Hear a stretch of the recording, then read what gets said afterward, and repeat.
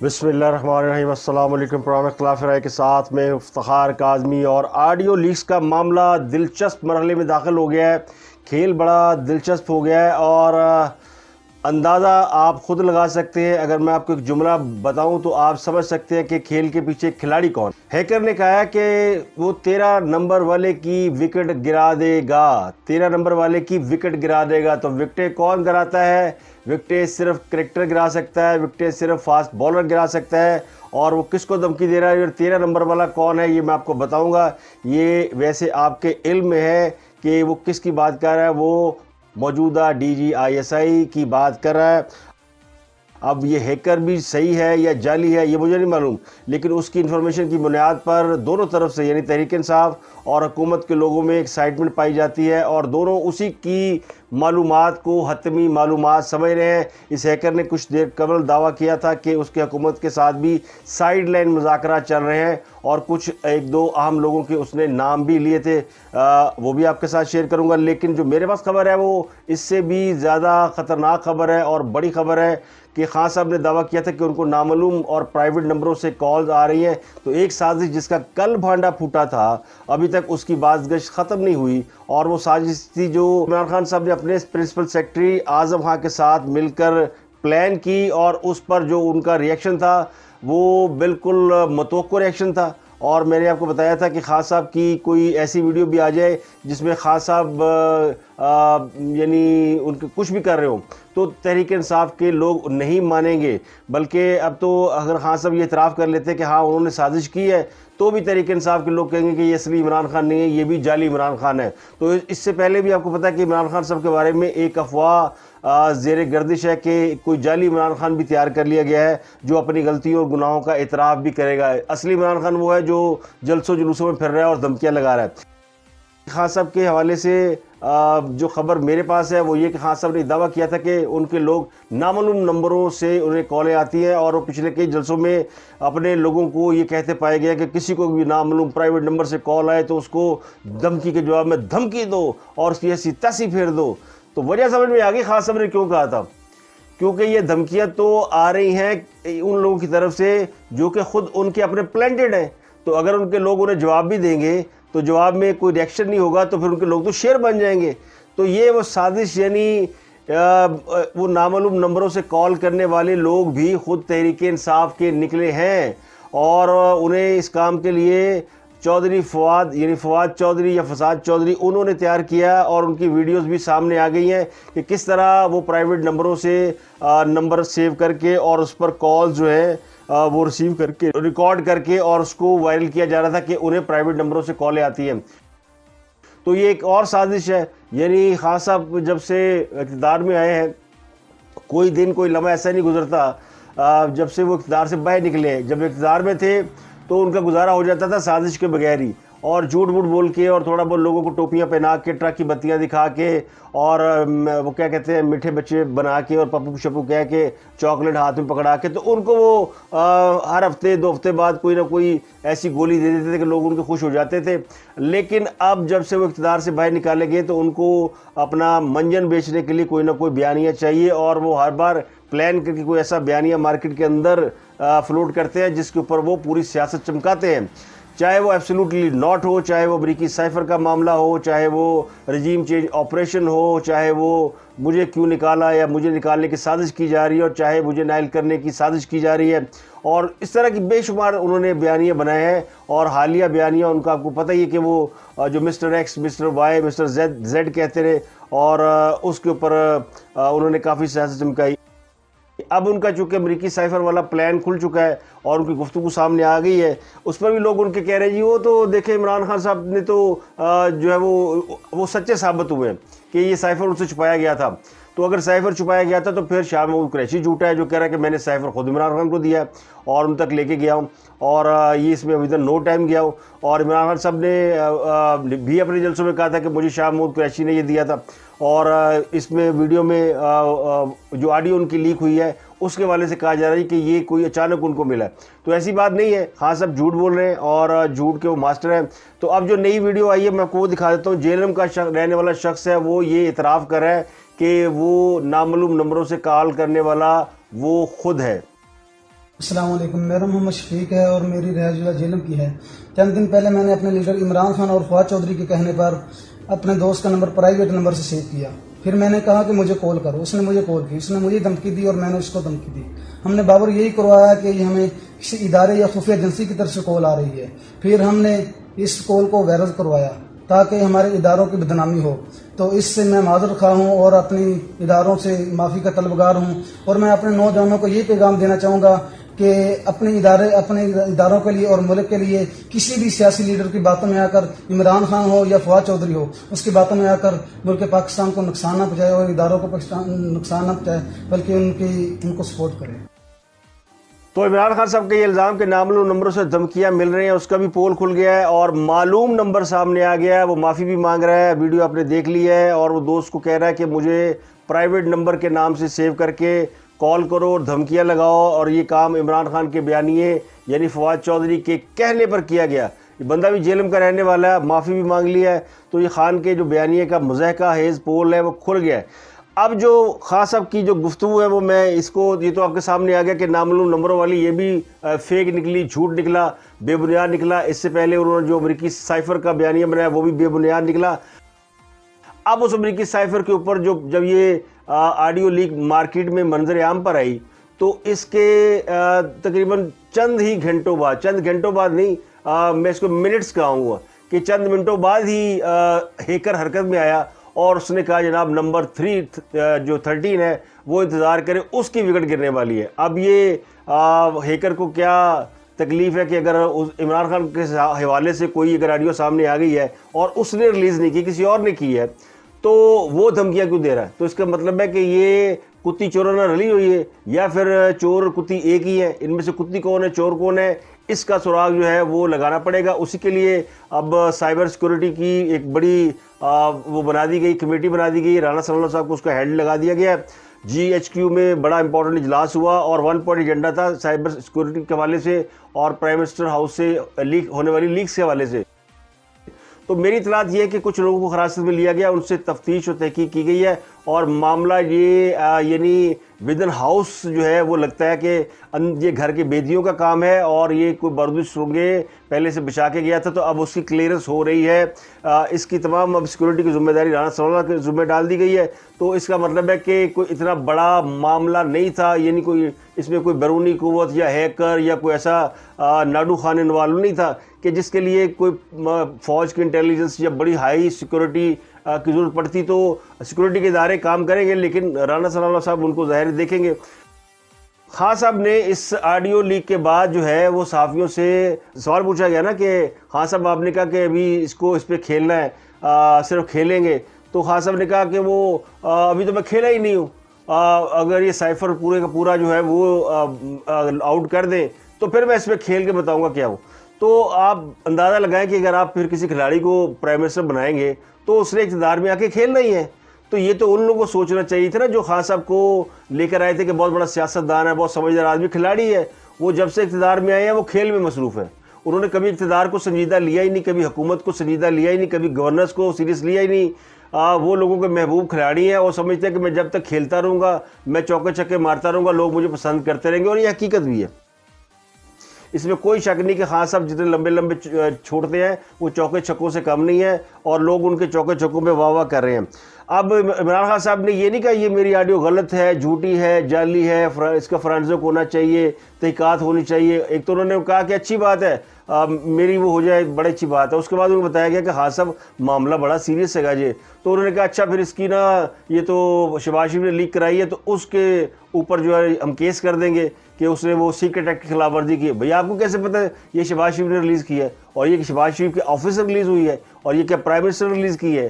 تو سائبر ان کے اوپر یعنی کہ جی وہ سیکرٹ ایکٹ کی خلاف ورزی کی ہے۔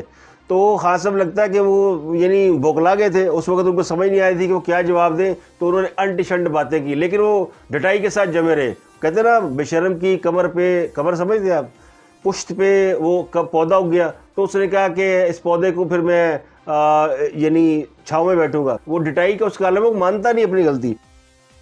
تو یہ عالم ہے۔ آپ دوسری طرف حکومت کی سن لیں، رانا ثناء اللہ صاحب کہہ رہے ہیں کہ ہم فرانزک کرائیں گے اور یہ کرائیں گے وہ کرائیں گے۔ بھائی عمران خان صاحب خود مان چکے ہیں کہ آڈیو ان کی ہے. وہ تو کہہ رہے ہیں کہ میں سیکرٹ ایکٹ کے خلاف ورزی پر شہباز شریف کے خلاف مقدمہ کروں گا. تو اب حکومت جو ہے وہ کس بات پہ فورینسک کرانے جائے گی؟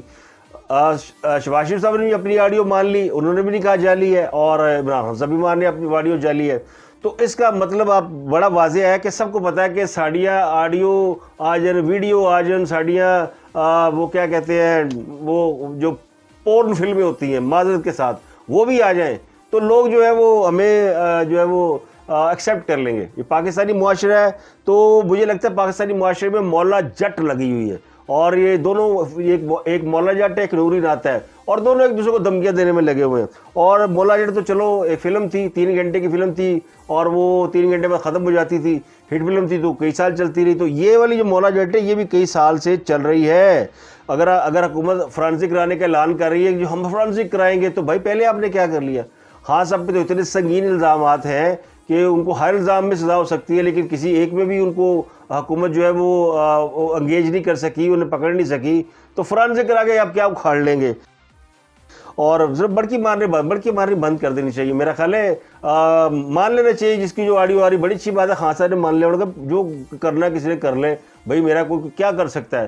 میں نے ملک کے خلاف سازش کر لی, میرا کوئی نہیں بگاڑ سکا. میں نے معیشت کا بیڑا غرق کر دیا, لوگوں نے کھلی آنکھوں سے دیکھا 4 سال میں نے کس طرح ملک کو تباہ کیا, اور پھر بھی لوگ جو ہے میری واہ واہ کرتے رہے, مجھے کندھوں میں بٹھا کے چلتے رہے, اور اب بھی میرے سامنے کوئی بول نہیں سکتا. تو خان صاحب کو کیا فرق پڑتا ہے؟ تو ایک طرف سلطان رائی مرحوم اور ایک طرف نوری نعت, دونوں بڑھ کے مار رہے ہیں, حکومت بھی بڑھ کے مار رہی ہے, اور مولا جٹ جو وہ چلی جا رہی ہے. نواں ہے سوڑے ہیں, یعنی اب تو ایسے ہی کوئی آڈیو آتی ہے تو لوگ کہتے ہیں نویں آئی آڈیو سنی, اور اس کے بعد پرانی بھول جاتے ہیں. یعنی وہ اتنی خوفناک گفتگو شوکت ترین کی, اور اس کی جس میں پورے ملک کو وہ تو سیدھے سے ٹریزن ہے, ٹھنڈ پروگرام پتہ ہی کچھ نہیں ہے.